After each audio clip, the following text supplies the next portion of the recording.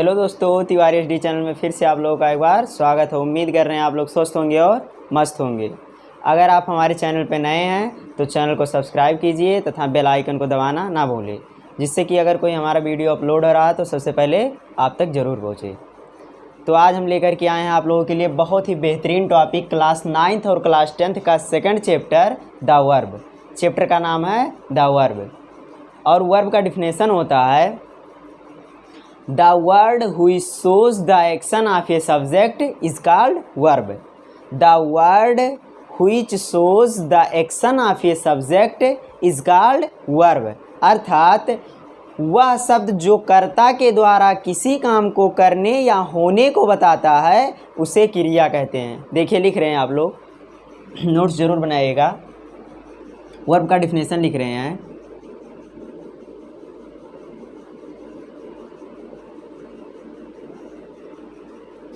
The word which shows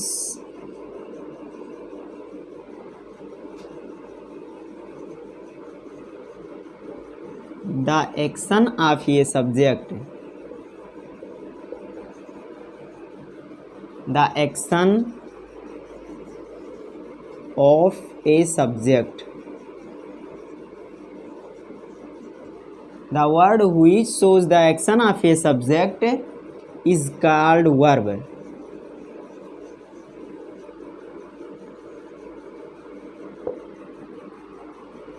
The word which shows the action of a subject is called verb.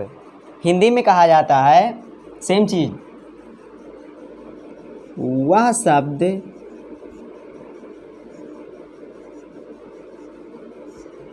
जो कर्ता के द्वारा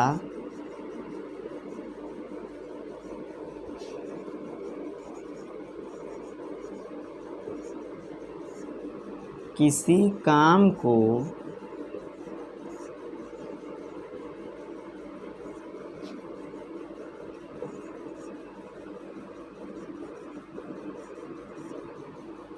करने या होने को बताता है,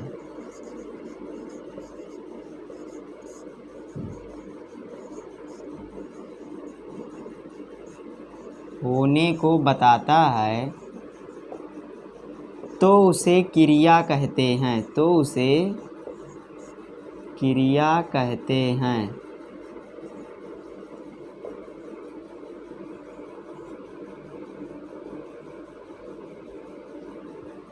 वह शब्द जो कर्ता के द्वारा किसी काम को करने या होने को बताता है उसे क्रिया कहते हैं। और इंग्लिश में डिफिनेशन होता है the word which shows the action of a subject is called verb. जैसे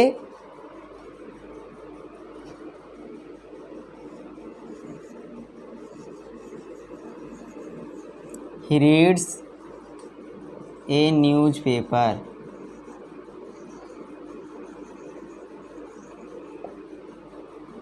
ही रीड्स ये न्यूज़पेपर। तो यहाँ पे रीड्स आपका क्या है? वर्ब है।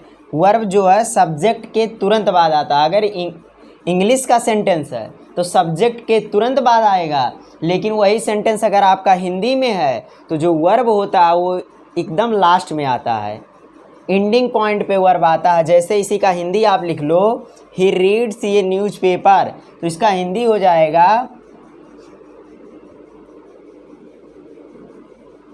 वह एक पत्र पढ़ता है, सॉरी वह एक न्यूज़पेपर पढ़ता है। ठीक है ना, पढ़ता मतलब वह एक समाचार पत्र पढ़ता है ना, वह एक समाचार पत्र पढ़ता है। चलो लिख दे रहे हैं,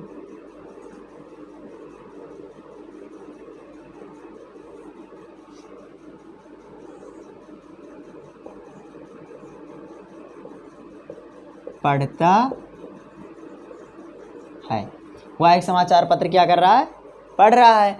तो यहाँ पर जो पढ़ता है आपकी क्या है? देखो रीड्स, रीड्स मतलब पढ़ना, यहाँ पर भी पढ़ना, तो पढ़ना आपका क्या हुआ? वर्ब हुआ।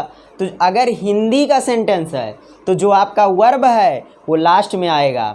अगर इंग्लिश का सेंटेंस है तो वर्ब है वो सब्जेक्ट के तुरंत बाद आएगा, चाहे वो ट्रांजिटिव वर्ब हो, चाहे इन हो, इन ट्रांजिटिव वर्ब हो, चाहे लिंकिंग वर्ब हो, चाहे हेल्पिंग वर्ब हो। समझ में आ रहा है? अगर इंग्लिश का सेंटेंस है तो सब्जेक्ट के तुरंत बाद जो आता है वो क्या होता है? वर्ब होता है।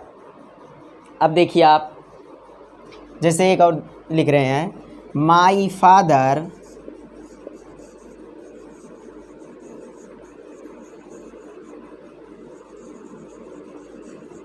gave me some rupees।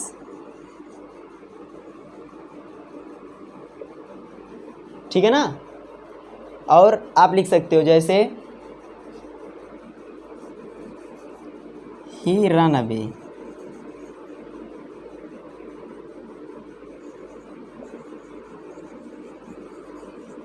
ठीक, तो यहाँ पे आपका गेव आपका क्या हो गया? वर्ब हो गया। यहाँ पे रन आपका क्या हो गया? वर्ब हो गया। तो ये डिफिनेशन और ये एग्जाम्पल, ये डिफिनेशन और ये क्या हो गया? एग्जाम्पल आपका हो गया। ठीक है, आगे देखिए आप लोग।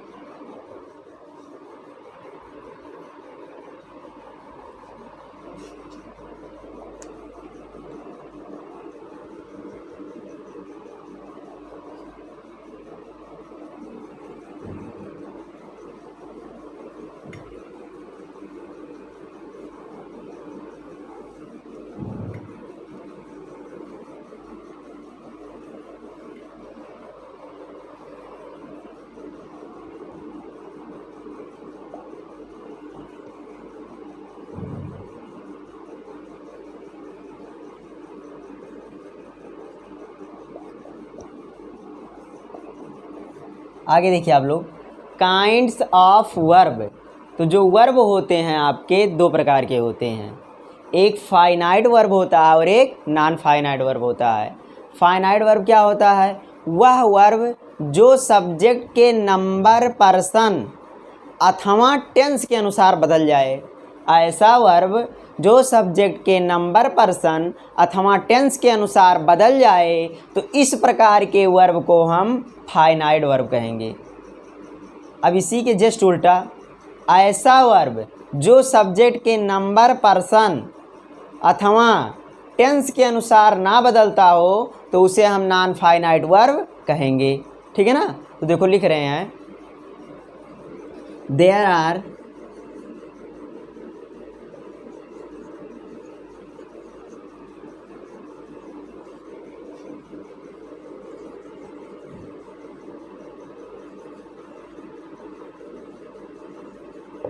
There are two types of verb. First आपका है finite verb,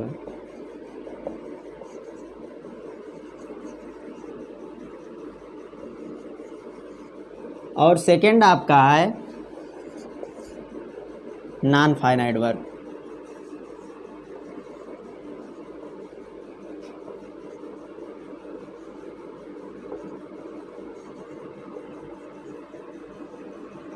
non finite verb, ध्यान दीजिए आप लोग, वर्ब दो प्रकार के होते हैं, फाइनाइट वर्ब और non finite verb. Finite verb के बारे में बताया गया है, ऐसा वर्ब जो सब्जेक्ट के नंबर, पर्सन अथवा टेंस के अनुसार बदलता हो तो उसे हम क्या कहेंगे? Finite verb. जैसे टेंस को ले लिया जाए, जैसे ध्यान दीजिए आप लोग, फाइनाइट वर्ब का एग्जांपल दे रहे हैं। ठीक है ना? देखो, जैसे अगर हम प्रेजेंट इंडेफिनिट की बात कर रहे हैं तो वहाँ पर देखिए, जैसे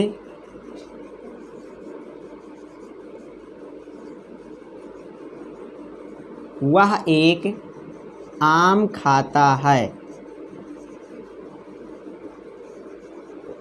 वह एक आम खाता है। अब ये इंडिफिनिट है, प्रेजेंट इंडिफिनिट है, तो इसके अकॉर्डिंग बनाएंगे तो हो जाएगा ही, खाने की इंग्लिश ईट, तो क्या हो जाएगा? Yeats, eats a mango, he eats a mango. अब ध्यान दो आप, ये कोई दूसरा अलग टेंस है तो इस अकॉर्डिंग बना। यहाँ पे जो आपका वर्ब कौन सा? यही है ना? अब देखिए दूसरा ले रहे हैं, अब इसी को प्रेजेंट कंटिन्यूअस में कर रहे हैं, तो वह एक आम खा रहा है, वह एक आम खा रहा है। चलो नीचे लिख दे रहे हैं।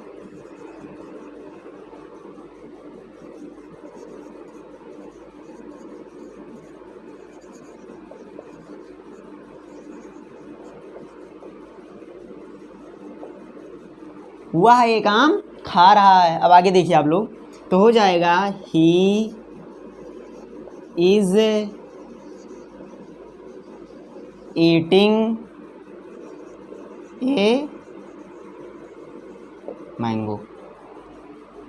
यहाँ पे क्या हो गया, ही इज ईटिंग, ठीक है ना, और यहाँ पे ईट्स है ना। तो देखिए यहाँ पे इसके अकॉर्डिंग क्या हो रहा है, बदल रहा है, क्या हो रहा है, बदल रहा है ना। तो यहाँ पर जब सब्जेक्ट सॉरी टेंस के अनुसार अगर ये बदल रहा है तो ये क्या होगा, फाइनाइट होगा ना। अब चलिए इसी का ले रहे हैं, सब्जेक्ट के अनुसार बदलेगा। जैसे यहाँ पे ही है, ही तो क्या आ रहा है, वर्ब ईट्स आ रहा है। लेकिन यहाँ पर अगर वह के जगह कह दिया जाए मैं एक आम खाता हूँ, मैं एक आम खाता हूँ, तो इसका हो जाएगा आई ईट a mango, I eat a mango. तो यहाँ पे देखिए, यहाँ पे वर्ब और यहाँ पे वर्ब, तो ये सब्जेक्ट के अकॉर्डिंग क्या हो रहे हैं, अपने फॉर्म को चेंज कर रहे हैं। समझ में आ रहा है। तो इस प्रकार का जो वर्ब होता है फाइनाइट वर्ब होता है। अभी एग्जाम्पल दे करके डिफिनेशन लिख करके बता रहे हैं।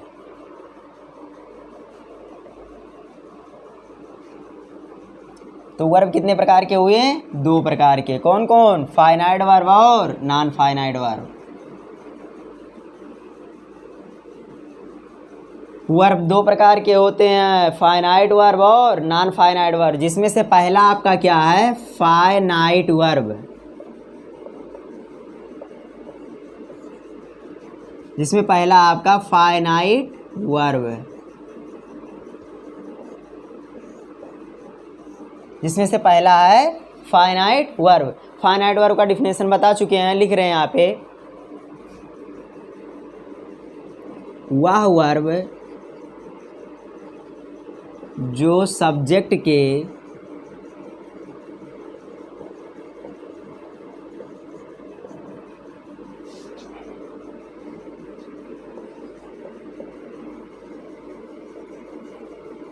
नंबर पर्सन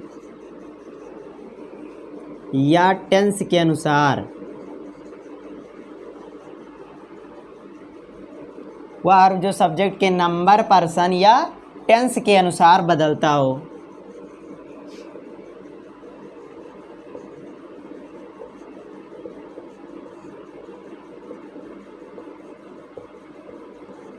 टेंस के अनुसार बदलता हो,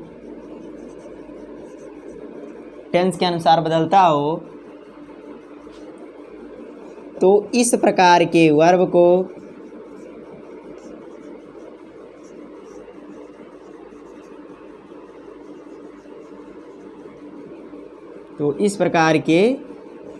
को फाइनाइट वर्ब कहेंगे।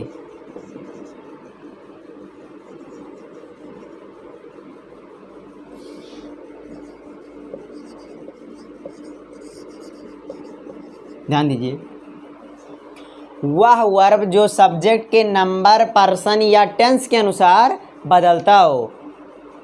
सब्जेक्ट के नंबर पर्सन अथवा टेंस का कोई प्रभाव पड़े या उसके अनुसार बदल जाए, तो इस प्रकार के वर्ब को फाइनाइट वर्ब कहते हैं।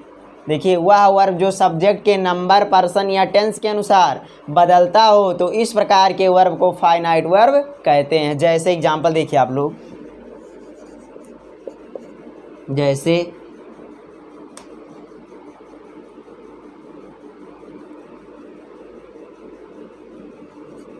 आई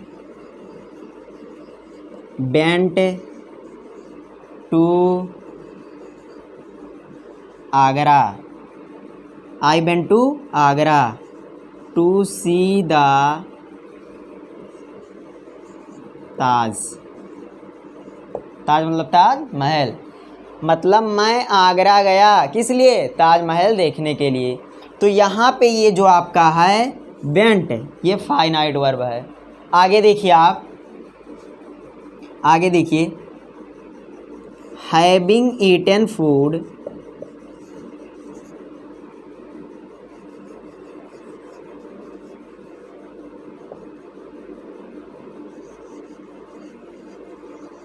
Having eaten food, I went to school.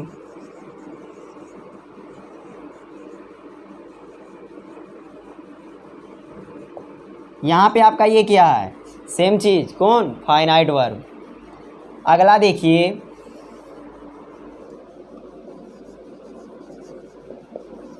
Seeing the police, seeing the police, the thief ran away.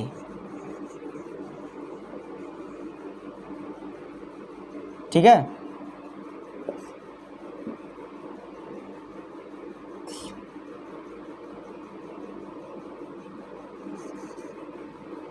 thief ran away.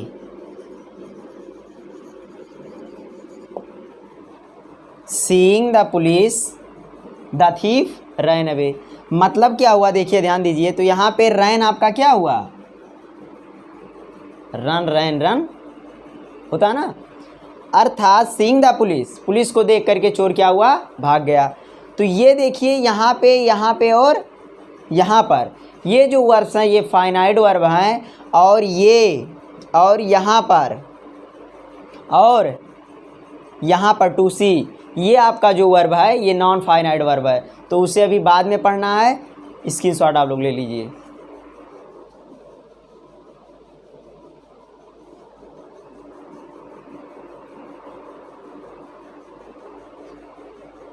हो गया?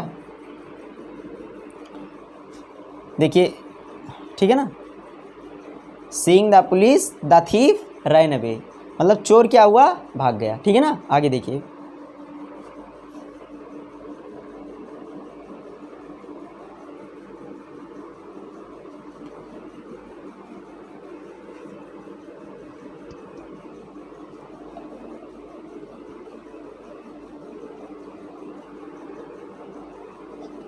अगला जो है आपका नॉन फाइनाइट वर्ब है।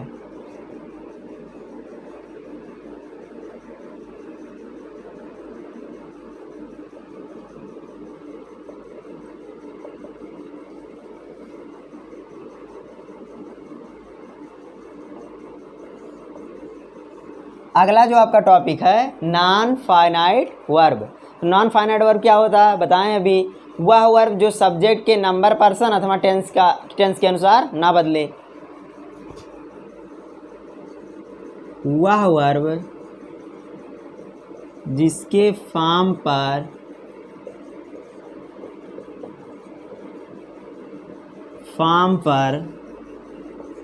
सब्जेक्ट के नंबर, पर्सन अथवा टेंस का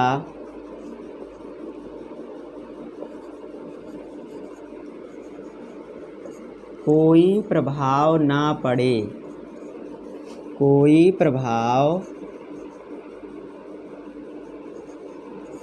ना पड़े, वह वर्ब जिसके फॉर्म पर सब्जेक्ट के नंबर, पर्सन अथवा टेंस का कोई प्रभाव ना पड़े तो उस वर्ब को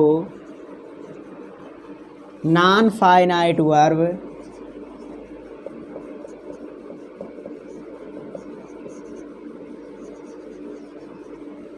कहते हैं। वह वर्ब जिसके फॉर्म पर सब्जेक्ट के नंबर, पर्सन अथवा टेंस का कोई प्रभाव ना पड़े तो उस वर्ब को नॉन फाइनाइट वर्ब कहते हैं। जैसे वहाँ पर एग्जाम्पल लिखे थे, I went to Agra,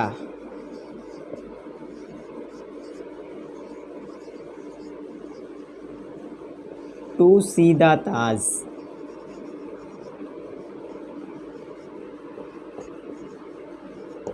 I went to Agra to see the Taj. तो यहाँ पे टू सी जो आपका है नॉन फाइनाइट वर्ब है, क्योंकि यह जो है ना टेंस के अनुसार बदलेगा ना ही सब्जेक्ट के अनुसार बदलेगा। बदलेगा तो कौन बदलेगा, केवल ये बदलेगा, इसलिए यहाँ पर टू सी आपका नॉन फाइनाइट वर्ब है। दूसरा देखिए, सीइंग द पुलिस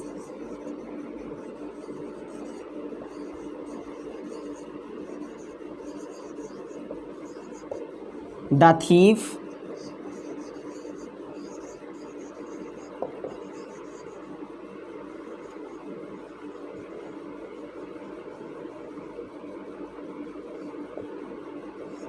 तो यहाँ पे रैन आपका जो है आपका क्या है, सॉरी रैन नहीं, सीइंग क्या है आपका, यहाँ पे जो सीइंग आपका है नॉन फाइनाइट वर्ब है। नॉन फाइनाइट वर्ब में जीरंड है कि इन्फिनेटिव है कि पार्टिसिपल आप देखेंगे, ठीक है। जीरंड क्या होता है, वर्ब का, वर्ब के फर्स्ट फॉर्म में अगर आईएनजी जोड़ दिया जाए तो क्या होता है, जीरंड। वर्ब के फर्स्ट फॉर्म में अगर टू लगा दिया जाए तो इन्फिनेटिव, पार्टिसिपल आपको पढ़ाया जाएगा। एक और देख लीजिए,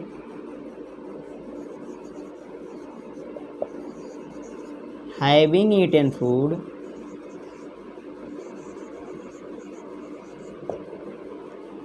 आई वेंट टू स्कूल।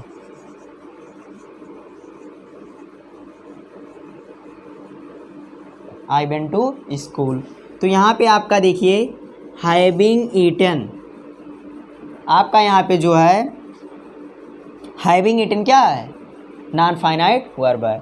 यहाँ पे I went to Agra to see the Taj में टू सी आपका नॉन फाइनाइट वर्ब है, क्योंकि यहाँ ना सब्जेक्ट के अनुसार बदलेगा ना टेंस के अनुसार बदलेगा।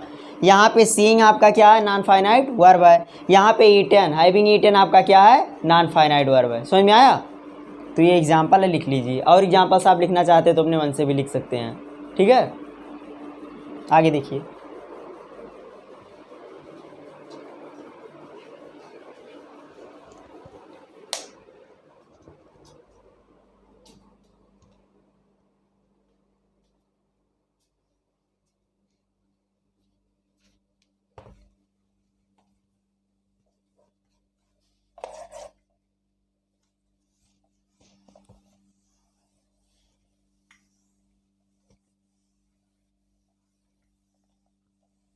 अब नॉन फाइनाइट में थोड़ा सा और लिख लीजिए आप लोग।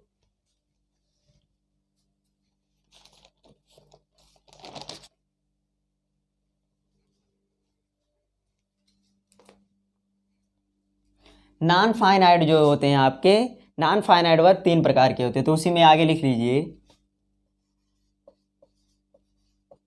Non finite verb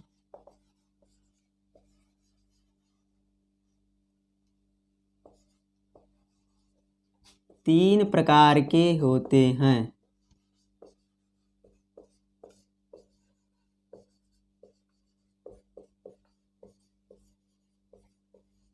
non finite verb आपके 3 प्रकार के होते हैं, जिसमें से पहला आपका है इन्फिनेटिव,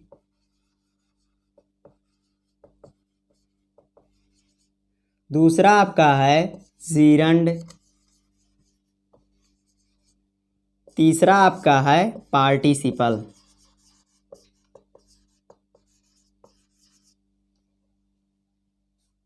पहला इन्फिनेटिव, दूसरा जीरंड और तीसरा आपका क्या है, पार्टिसिपल है। अर्थात नॉन फाइनाइट वर्ब 3 प्रकार के होते हैं, इन्फिनेटिव, जीरंड और पार्टिसिपल। एग्जाम्पल में आपको दिखा दे रहे हैं, देखिए जैसे यहाँ पे पहला था I went to Agra to see the Taj. I went to Agra जैसे था नहीं, आई वेंट टू आगरा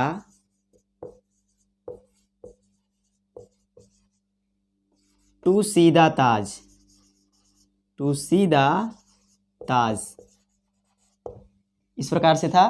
तो यहाँ पे जो टू सी है आपका इन्फिनेटिव है, क्योंकि वर्ब के फर्स्ट फॉर्म के पहले अगर टू लगा दिया जाए तो वो इन्फिनेटिव का काम करता है। उसमें एक और आप लिखे थे, सॉरी हम लिखे थे, हैविंग ईटन फूड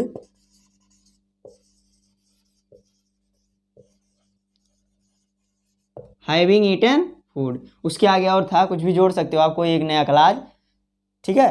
तो यहाँ पे हैविंग ईटन आपका क्या है, पार्टिसिपल है। हैविंग ईटन आपका क्या है, पार्टिसिपल है। उसके बाद में एक सेंटेंस और लिखे थे,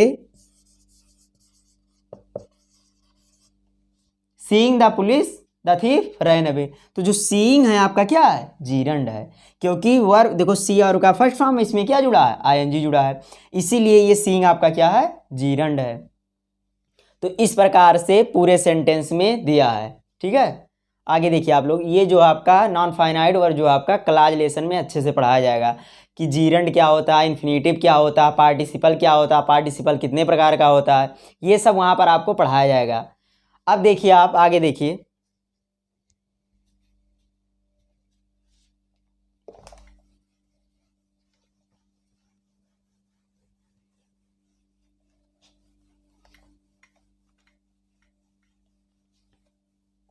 आगे देखिए आप लोग, फाइनाइट वर्ब। तो फाइनाइट वर्ब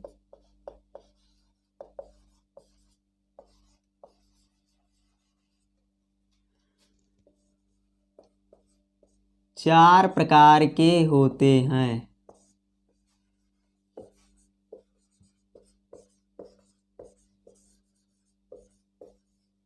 फाइनाइट वर्ब कितने प्रकार के होते हैं, चार प्रकार के होते हैं। जो आपके फाइनाइट वर्ब हैं वो चार प्रकार के होते हैं, जिनमें से पहला आपका है ट्रांजिटिव वर्ब, दूसरा आपका है इनट्रांजिटिव वर्ब, तीसरा आपका है लिंकिंग वर्ब, और अगला है हेल्पिंग वर्ब। हेल्पिंग वर्ब को चाहे आप ऑक्सिलरी वर्ब कहिए या हेल्पिंग वर्ब कहिए, दोनों एक ही बात है। तो जो फाइनाइट वर्ब होते हैं चार प्रकार के होते हैं, जिसमें पहला आपका है ट्रांजिटिव,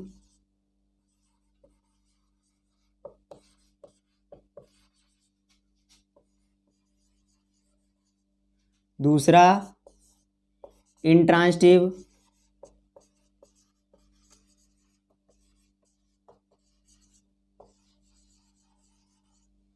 तीसरा लिंकिंग,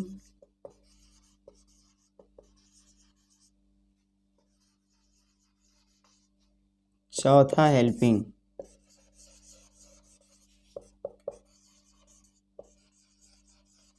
और हेल्पिंग वर्ब को ही क्या कहा जाता है, ऑक्सिलरी वर्ब। Auxiliary verb.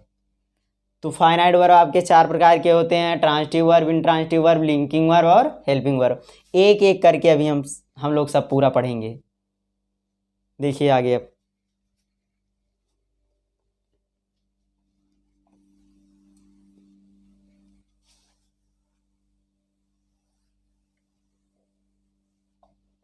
पहला है आपका ट्रांजिटिव वर्ब।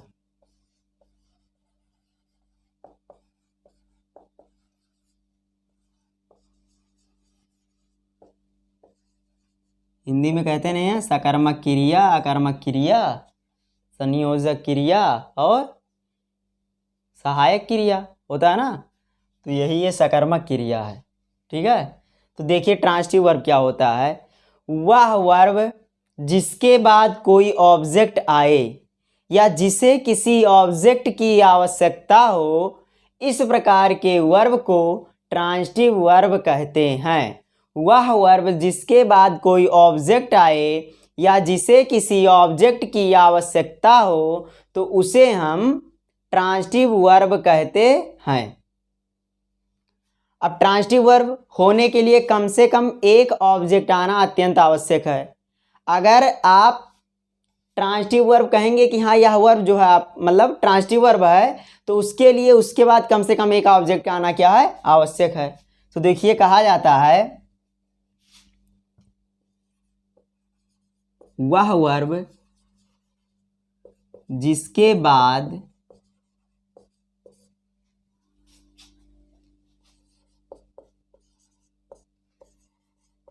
कोई ऑब्जेक्ट आए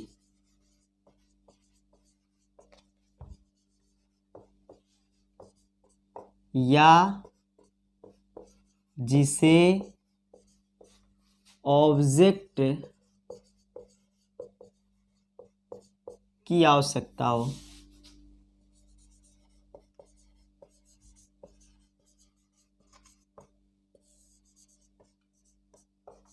तो उसे transitive verb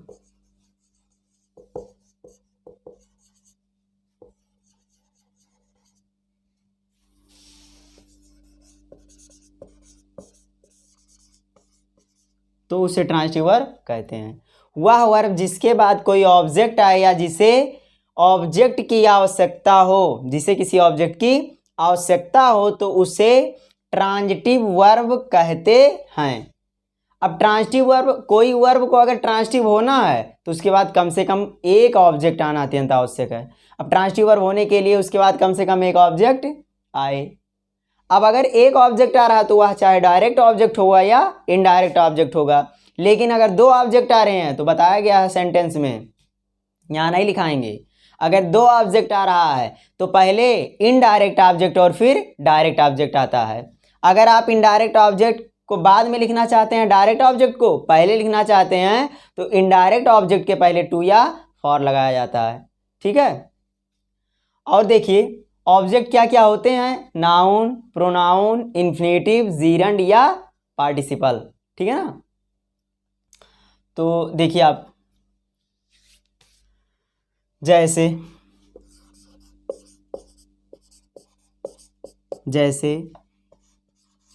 he reads a newspaper,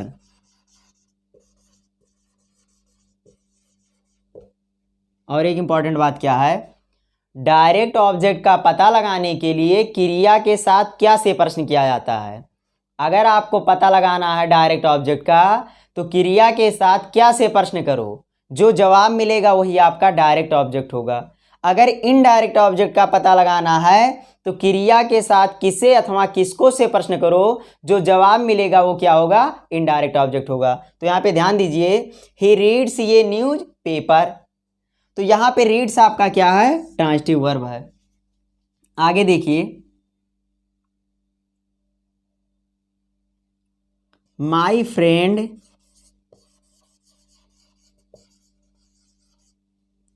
road me a letter,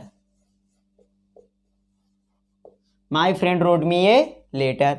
तो यहाँ पे रोट आपका क्या है, ट्रांजिटिव वर्ब, क्योंकि इसके बाद एक दो ऑब्जेक्ट आ रहे हैं। उसके बाद में माई फादर गेव हिम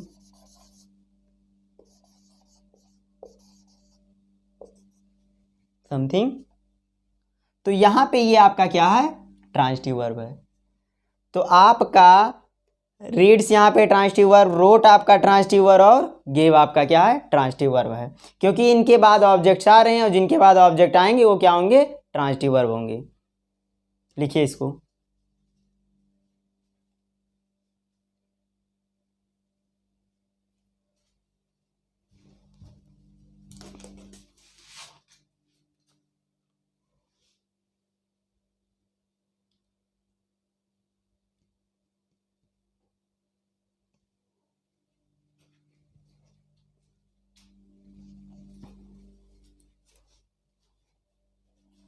आगे देखिए,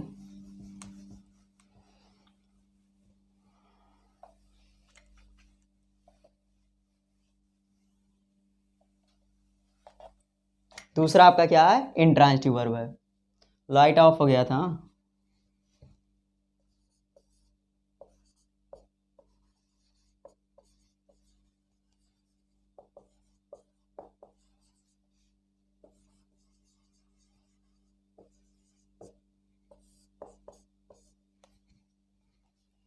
अगला क्या है, इंट्रांजिटिव वर्ब है। इंट्रांजिटिव वर्ब आपका, तो देखिए इंट्रांजिटिव वर्ब के बारे में बताया गया है, वह वर्ब जिसके बाद कोई ऑब्जेक्ट ना आए, सेंटेंस ही चैप्टर में बता दिए हैं, वह वर्ब जिसके बाद कोई ऑब्जेक्ट ना आए या जिसे किसी ऑब्जेक्ट की आवश्यकता ना हो तो इस प्रकार के वर्ब को इनट्रांजिटिव वर्ब कहेंगे।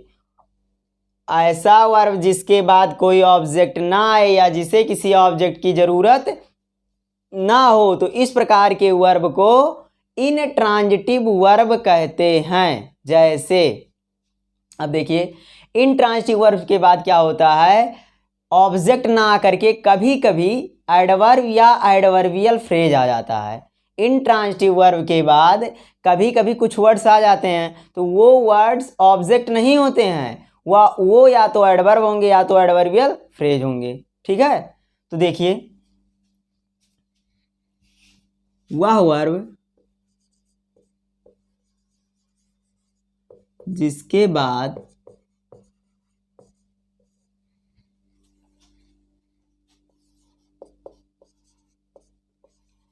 कोई ऑब्जेक्ट ना आए,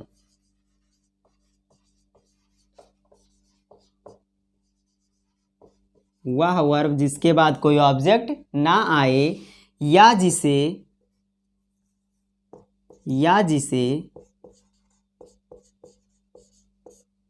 किसी ऑब्जेक्ट की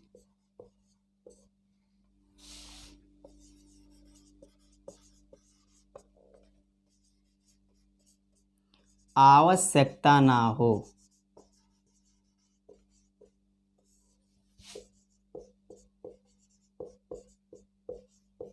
तो उसे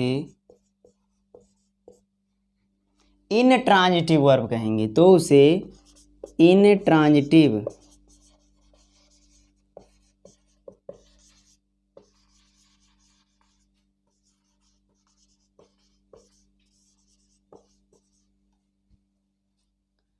इनट्रांजिटिव वर्ब। अब कभी कभी इनके बाद कुछ वर्ड्स आ जाते हैं तो वो वर्ड्स क्या होंगे? एडवर्ब या एडवर्बियल फ्रेज। कभी कभी इनट्रांजिटिव वर्ब के बाद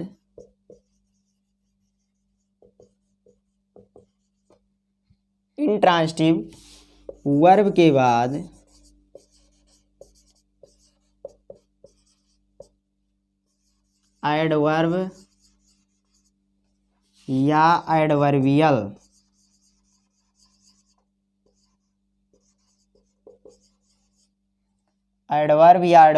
फ्रेज आ जाते हैं।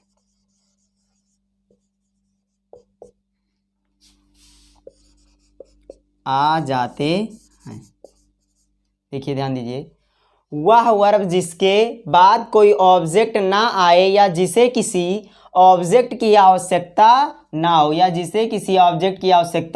ना हो, तो उसे इनट्रांजिटिव वर्ब कहते हैं। कभी कभी क्या होता है, इनट्रांजिटिव वर्ब लिखा होता है तो कभी कभी उसके बाद कुछ वर्ड्स आ जाते हैं तो वह वर्ड्स या तो एडवर्ब होंगे या तो एडवर्बियल फ्रेज होंगे। जैसे देख लीजिए, जैसे the birds fly in the sky, the birds fly in the sky. तो यहाँ पे फ्लाई आपका क्या है? इनट्रांजिटिव वर्ब है और इसके बाद इन द स्काई आपका क्या है? एडवर्बियल फ्रेज है। बेबी बीप्स लाउडली,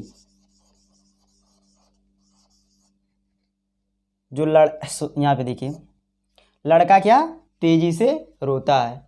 तो यहाँ पे देखिए बीप्स जो है आपका ये क्या है? इनट्रांजिटिव वर्ब है और लाउडली आपका क्या है? एडवर्ब है। इसी प्रकार से बहुत से एग्जांपल्स आप लिख सकते हो।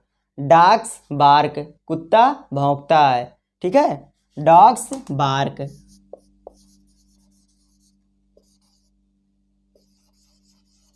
तो यहाँ पे ये भी आपका क्या है? इनट्रांजिटिव वर्ब है। स्क्रीनशॉट ले लीजिए।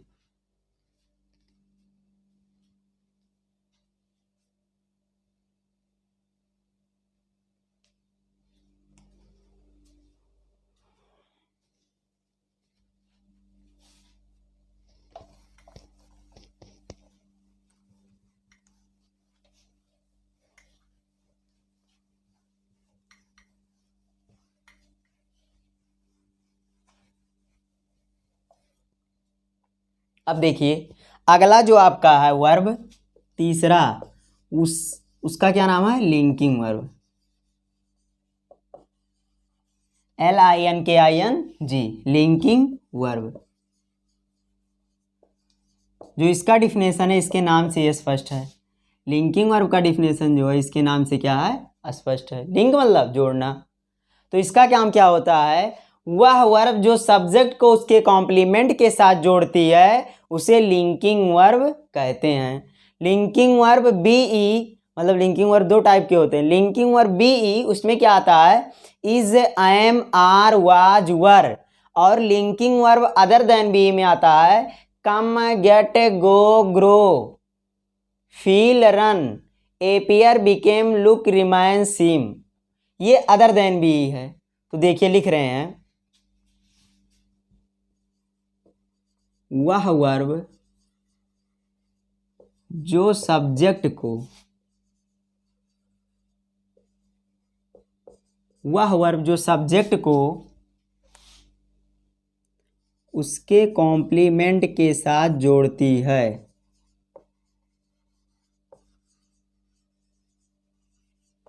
उसके कॉम्प्लीमेंट के साथ जोड़ती है,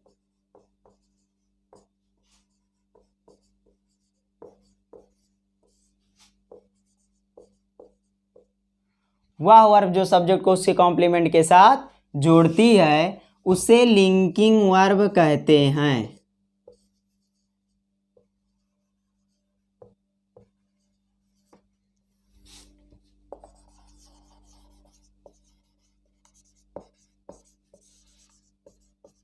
लिंकिंग वर्ब कहते हैं। अब लिंकिंग वर्ब बीई,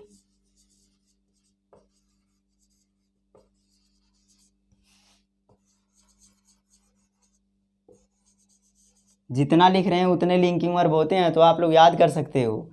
ये जो लिख रहे हैं बस उतने लिंकिंग वर्ब होते हैं, तो याद कर लेना कि लिंकिंग वर्ब बी में क्या क्या आता है, is, am, are, was, were, इतना आएगा। और linking verb other than be में आता है come, get, go, grow, feel, run, appear, become, look, remain, seem, इतना आता तो आप याद कर सकते हो। तो देखो लिख रहे हैं लिंकिंग वर्ब बीई, जिसमें क्या है, is, am, are, was, were. Is, am, are, was, were के बाद आने वाला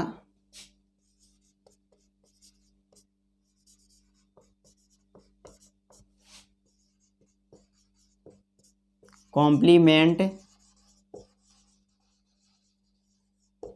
is, am, are, was, were के बाद का आने वाला कॉम्प्लीमेंट या तो नाउन होगा, आने वाला complement noun, noun phrase,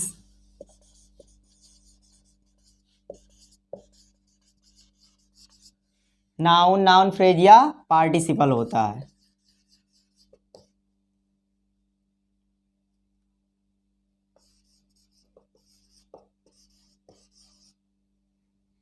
noun phrase या पार्टिसिपल होता है, पार्टिसिपल होता है। Linking verb other than be,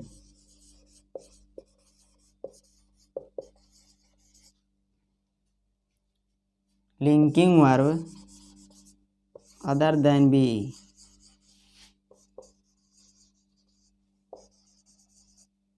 उसमें क्या क्या है, कम,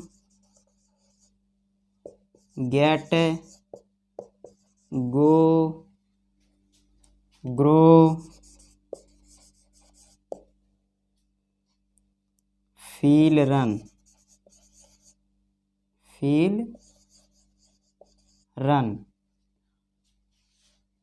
एपियर,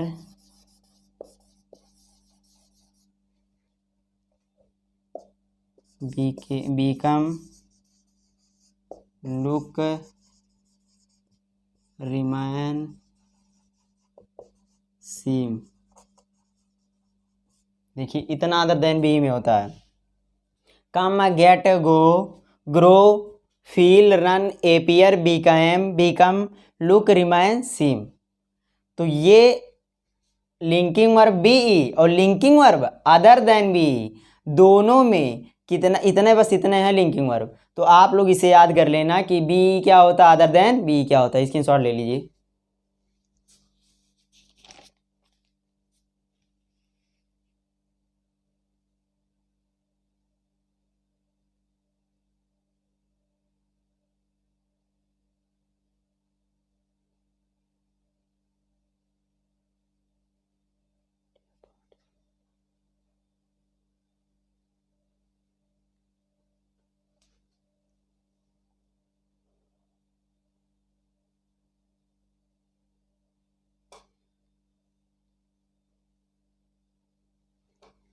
हो गया। अच्छा यहाँ पे ध्यान दीजिए, नाउन नाउन फ्रेज, और सॉरी यहाँ पार्टिसिपल नहीं होता है, जो other than sorry B E जो होता है वो पार्टिसिपल नहीं होता, अदर देन बी में पास्ट पार्टिसिपल आता है। यहाँ गलती हो गई थी, उसके लिए सॉरी। यहाँ पे क्या होता है ध्यान दीजिए आप लोग, जो देखिए जैसे he is a teacher noun हो गया, the flower is red, adjective भी आता है, ठीक है ना। तो noun noun phrase, noun noun phrase, adjective adjective, और उसके बाद पास्ट पार्टिसिपल नहीं आता, एडवर्बियल फ्रेज आता, एडजेक्टिव या एडवर्बियल फ्रेज।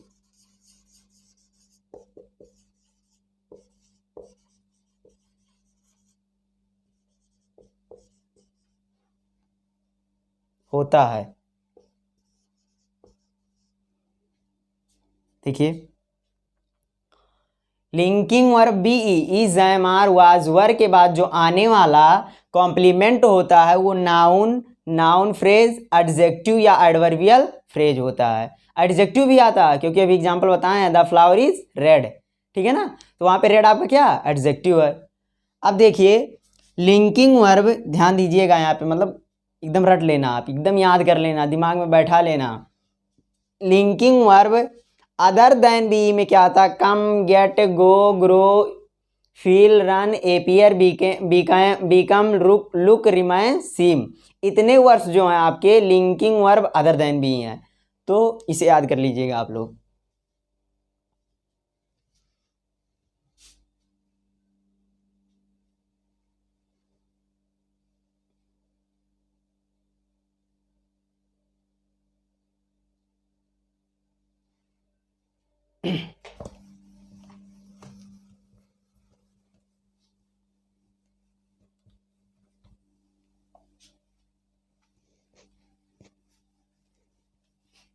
अब उसी में देखिए,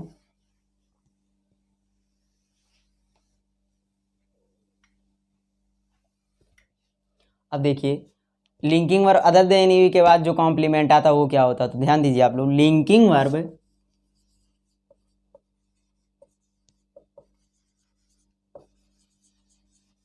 other than B,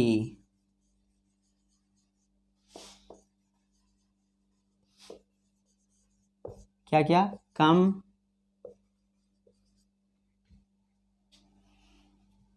gate go grow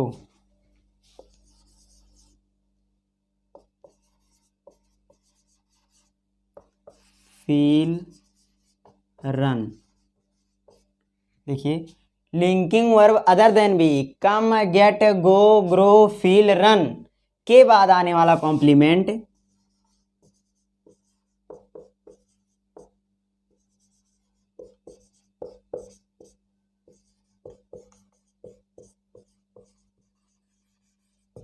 के बाद आने वाला कॉम्प्लीमेंट,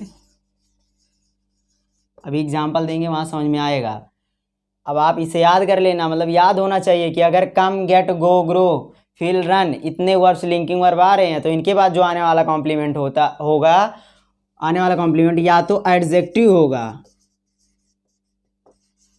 और या तो क्या होगा पास्ट पार्टिसिपल, एडजेक्टिव या पास्ट पार्टिसिपल होता है, या past participle.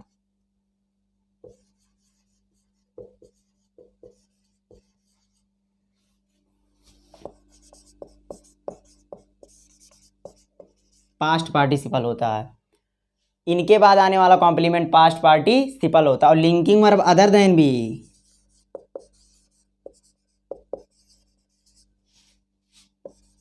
Linking verb other than B E,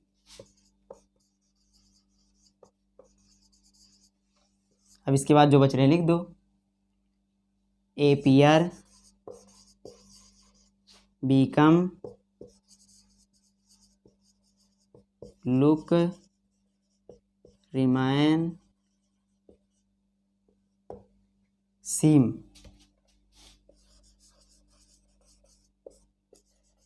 के बाद आने वाला कॉम्प्लीमेंट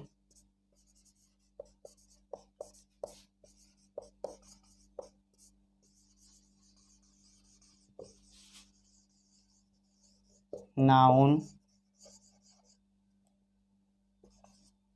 एडजेक्टिव,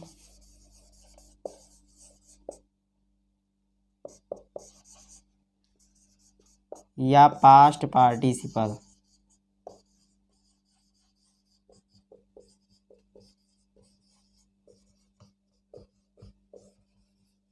होता है। ध्यान दीजिए, linking verb other than be appear become look remain seem के बाद आने वाला जो कॉम्प्लीमेंट होता है नाउन, एडजेक्टिव या पास्ट पार्टिसिपल होता है। इसके बाद आने वाला ये सब होते हैं। तो इसे ध्यान से पढ़ लीजिएगा, याद कर लीजिएगा। अभी एग्जाम्पल दे रहे हैं, उसमें क्लियर हो जाएगा। ठीक है, स्क्रीनशॉट ले लीजिए।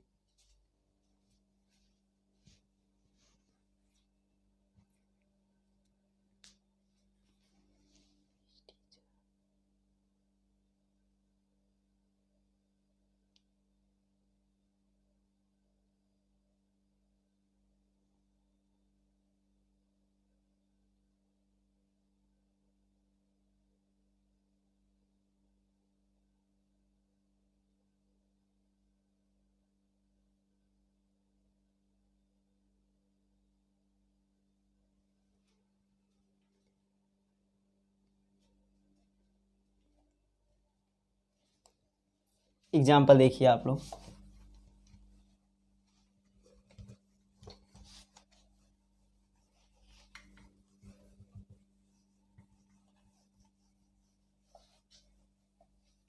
एग्जाम्पल देखिए,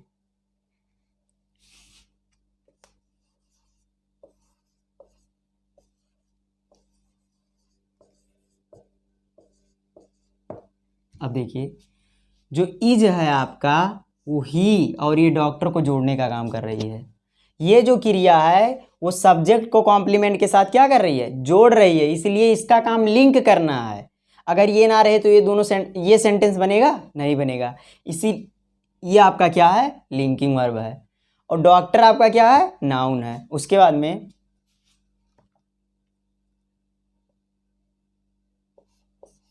the players are in the field, the players are in the field. तो यहाँ पे आर आपका क्या है, लिंकिंग वर्ब है। इन द फील्ड आपका क्या है, एडवर्बियल फ्रेज है। आगे देखिए, the flower is red, the flower is red. यहाँ पे इज क्या है, लिंकिंग वर्ब है। रेड आपका क्या एडजेक्टिव है, तो इसको इसके साथ जोड़ रही है।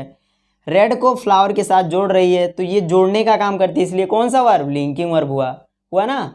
तो ये लिंकिंग वर्ब हुआ। उसके बाद में अगला देखिए, सी फेल्ट हैप्पी, सी फेल्ट हैप्पी। तो यहाँ पे फेल्ट आप फील का सेकंड फॉर्म फेल्ट, तो ये linking verb other than B.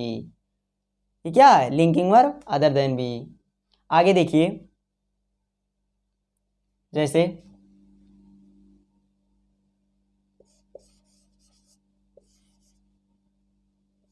He is intelligent,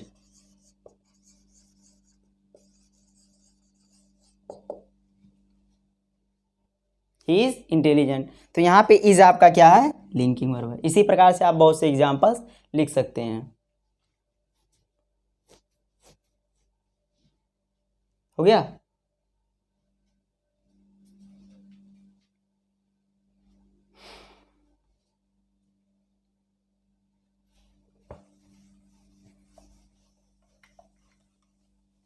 अगला है आपका हेल्पिंग वर्ब, चौथा।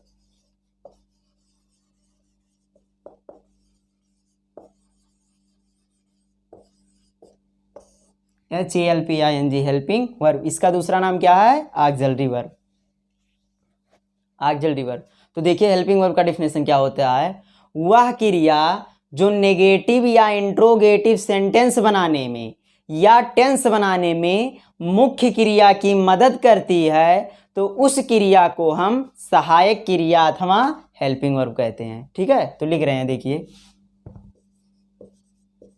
वह क्रिया जो नेगेटिव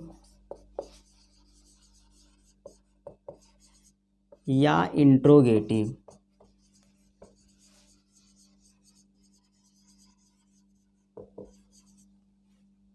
या टेंस बनाने में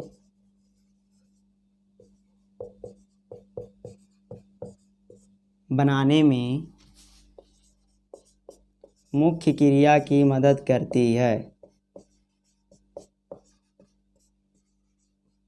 मुख्य क्रिया की सहायता करती है।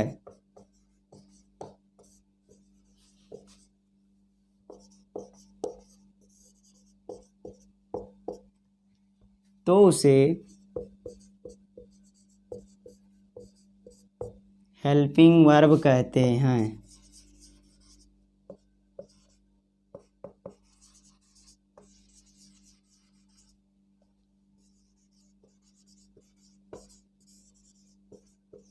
तो उसे हेल्पिंग वर्ब कहते हैं। वह क्रिया जो नेगेटिव या इंट्रोगेटिव सेंटेंस बनाने में, यहाँ सेंटेंस कर लेना,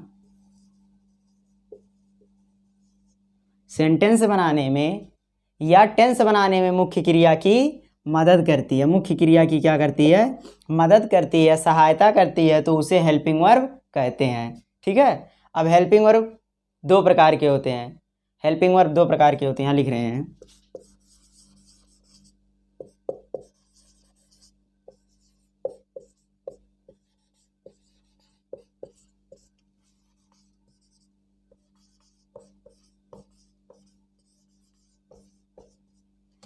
चलिए एग्जाम्पल लिख दे रहे हैं पहले, उसके बाद में भी लिख रहे हैं। जैसे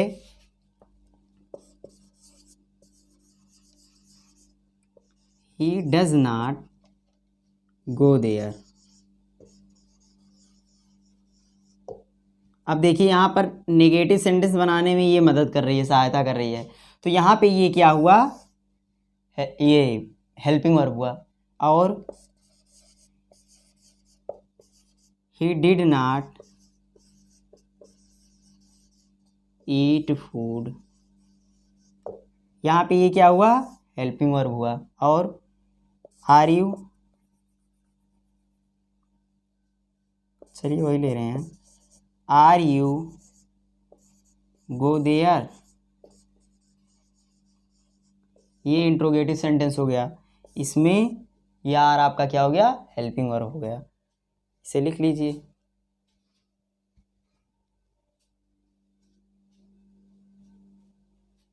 आगे देखिए आप लोग,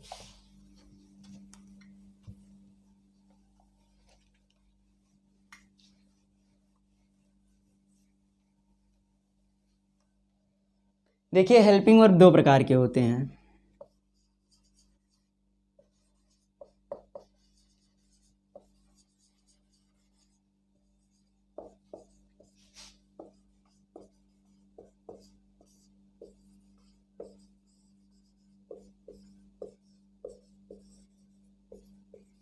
हेल्पिंग वर्ब दो प्रकार के होते हैं, जिसमें पहला आपका है प्राइमरी ऑक्सिलरी वर्ब।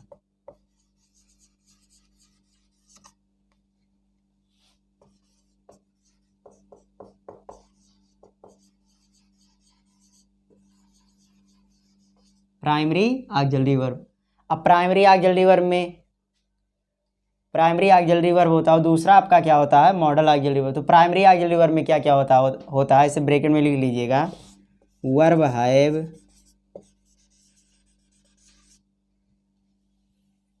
देखिए यहाँ लिख रहे हैं, वर्ब हैव, इसमें आता है हैज, हैव और हैड। वर्ब हैव में आता है हैज, हैव, हैड, और होता है वर्ब डू, इसमें होता है डू, डज, डिड। अगला है वर्ब बी ई, इसमें इज, एम, आर, वाज, वर। ये आपके हो गए प्राइमरी ऑक्सिलरी वर्ब। दूसरा आपका है modal auxiliary verb.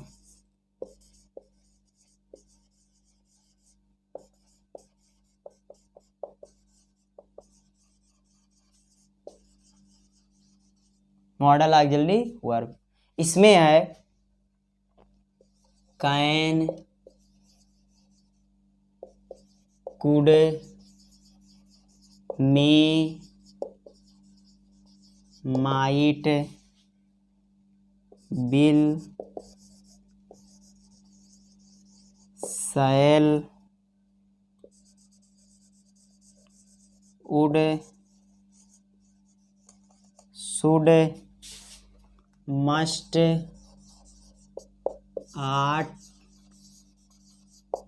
ought to, used to, need, dare। ठीक है, तो ये नीचे आपके मॉडल ऑक्सिलरी वर्ब हो गए। हेल्पिंग वर्ब दो प्रकार के होते हैं, प्राइमरी ऑक्सिलरी वर्ब और model auxiliary verb. Primary auxiliary verb में इतने होते हैं, मॉडल ऑक्सिलरी वर्ब केवल इतना होता है। तो आप इसे याद कर सकते हो, जो लिमिटेड है उसे तो आप याद कर सकते हो। ठीक है, तो यहीं पर ये सेकंड लेसन आपका समाप्त हो रहा है। अगले वीडियो में आपका थर्ड लेसन रहेगा। थर्ड लेसन जो लेसन है उसका नाम है प्राइमरी ऑक्सिलरी वर्ब। थर्ड जो लेसन है उसका नाम है प्राइमरी ऑक्सिलरी वर्ब। तो आप इसे अच्छे से पढ़िएगा, अच्छे से नोट्स बनाइएगा, और एकदम 10th के बच्चे और 12th के बच्चे तो एकदम बोर्ड का प्रिपरेशन करें। जो भी वीडियो है उसे ध्यान अच्छे से पढ़ें, ठीक से पढ़ें, उसका नोट्स बनाएं और लर्न करें। और अगर अभी तक आप लोगों ने हमारे चैनल को सब्सक्राइब नहीं किया तो सब्सक्राइब कीजिए, लाइक कीजिए, ज़्यादा से ज़्यादा शेयर कीजिए और ज़्यादा से ज़्यादा वॉच कीजिए। धन्यवाद।